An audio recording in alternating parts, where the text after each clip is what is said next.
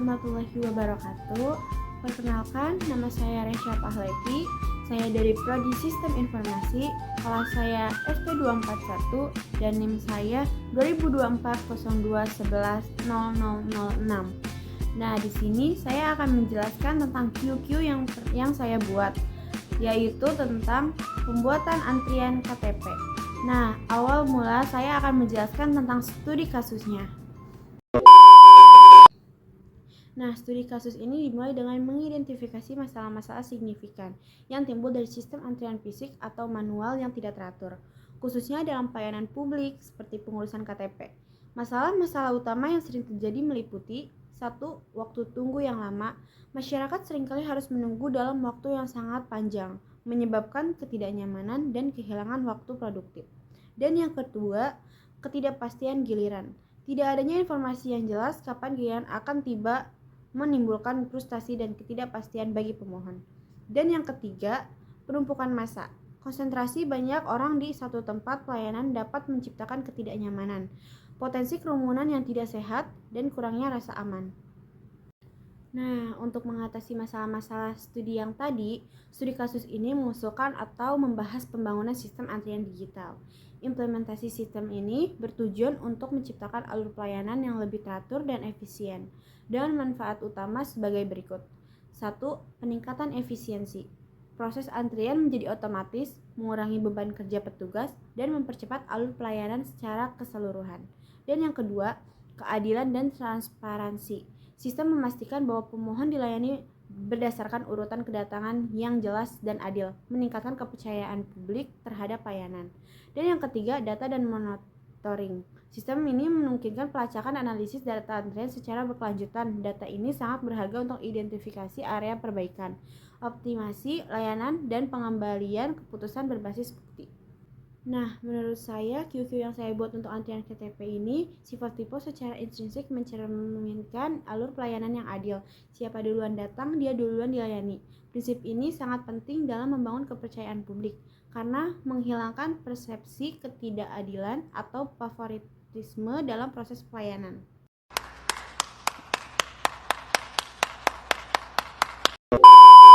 Nah, setelah saya menjelaskan tentang studi kasus tadi, selanjutnya saya akan menjelaskan tentang flowchart yang saya buat, yaitu tentang pembuatan antrian KTP. Nah, flowchart di atas ini menggambarkan prosedur atau alur proses untuk mendapatkan eKTP. Nah, yang awal ini mulai. Ini adalah titik awal dari keseluruhan proses. Selanjutnya, warga mengambil nomor antrian. Langkah pertama adalah warga yang akan mengurus eKTP mengambil nomor antrian ini menunjukkan adanya sistem antrian untuk mengatur alur pelayanan. Selanjutnya, warga menuju loket dan menyerahkan nomor. Setelah mendapatkan nomor antrian, warga kemudian bergerak menuju loket pelayanan yang sesuai dan menyerahkan nomor antrian mereka kepada petugas. Dan selanjutnya, warga melakukan foto. Pada langkah ini, warga akan diambil fotonya untuk keperluan identifikasi pada eKTP. Selanjutnya, warga melakukan tanda tangan pada alat perekam tanda tangan. Setelah foto, warga diminta untuk membubuhkan tanda tangan mereka pada perangkat khusus yang merekam tanda tangan secara digital. Dan selanjutnya, warga melakukan perekaman sidik jari dan retina mata. Ini adalah langkah biometrik di mana data sidik jari dan atau retina mata warga direkam. Ini penting untuk memastikan keunikan identitas. Dan selanjutnya warga mendapatkan eKTP. Setelah semua data foto, tanda tangan, sidik jari, retina mata berhasil direkam dan diverifikasi, warga akan menerima eKTP mereka. Dan selanjutnya selesai ini adalah titik akhir dari proses pembuatan eKTP. Secara keseluruhan, flowchart ini menyajikan urutan proses standar yang harus dilalui oleh seorang warga untuk mendapatkan kartu tanda penduduk elektronik, mulai dari pendaftaran awal hingga menerima kartu. A few moments later. Nah, setelah saya menjelaskan tentang flowchartnya itu, selanjutnya saya akan menjelaskan tentang codingan yang saya buat tentang QQ pembuatan KTP.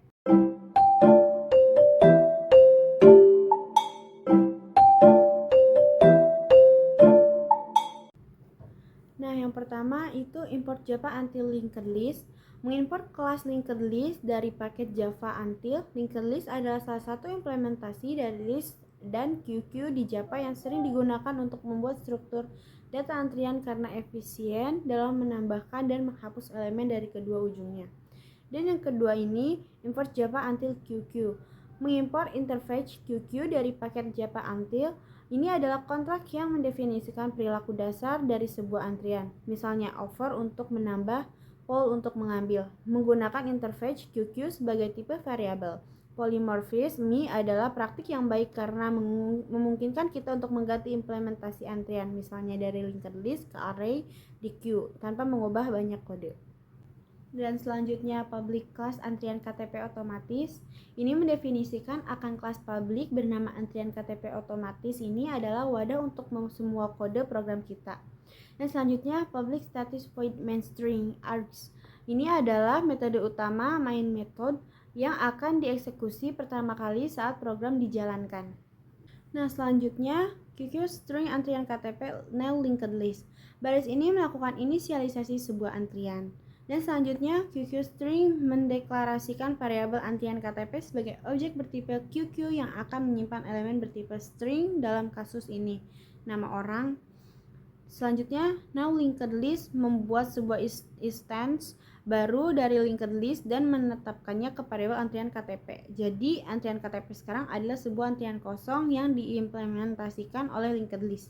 Selanjutnya, sistem outprint, simulasi antrian pembuatan KTP FIFO otomatis, mencetak judul simulasi ke konsol.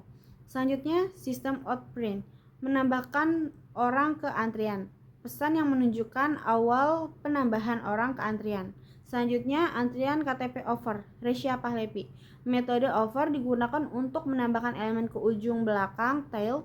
Antrian Resya Pahlepi adalah orang pertama yang masuk antrian. Dan baris-baris berikutnya, antrian KTP over melakukan hal yang sama untuk Anissa Mutiasari, Aulia Witri, dan Arista Nurkhairiyah, menambahkan mereka ke antrian sesuai urutan.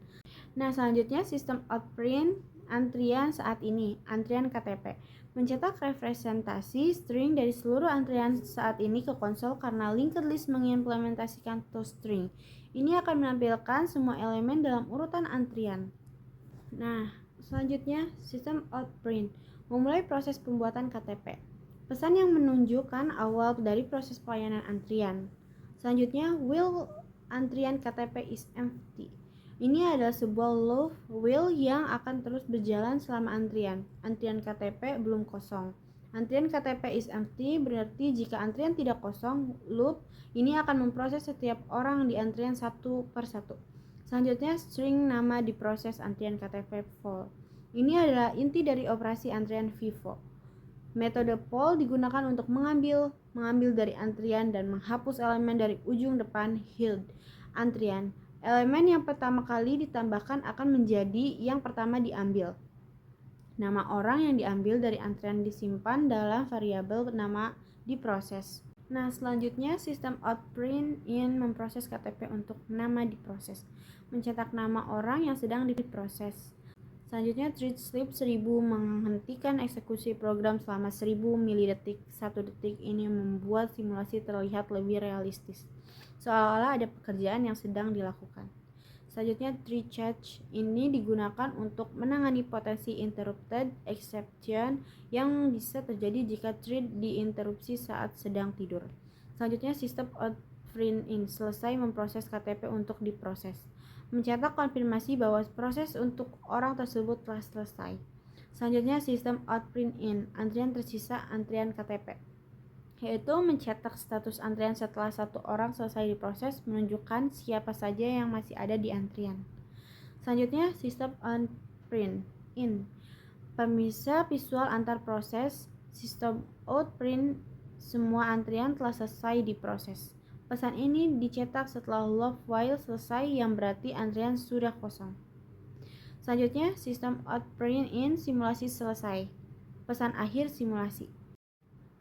Nah, setelah saya menjelaskan tentang kodenya, mari kita lihat hasil dari codingan tersebut. Nah, ini adalah hasil dari codingan tersebut.